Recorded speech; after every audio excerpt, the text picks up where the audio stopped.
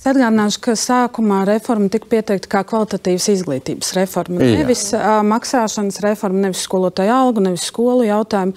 Mēs runājam par kvalitāti. Un tas, ko tiešām sabiedrība gribētu dzirdēt, ko mēs kā sabiedrība iegūsim pēc tam, kad tiks realizēta. Jūs, prāt, nedzirdat?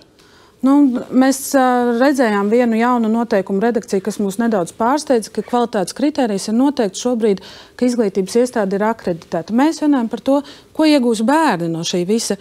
Vai viņiem būs tie robotikas pulciņi, vai viņiem būs visi padziļinātie kursi vidusskolās, vai viņiem būs logopēdi.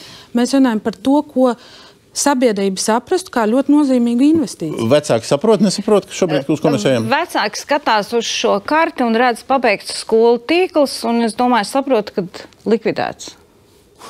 Pabeigts, kā kurā vietā? Kā kurā vietā? Pie Rīgā jau nav ko likvidēt. Ne, vēl nav.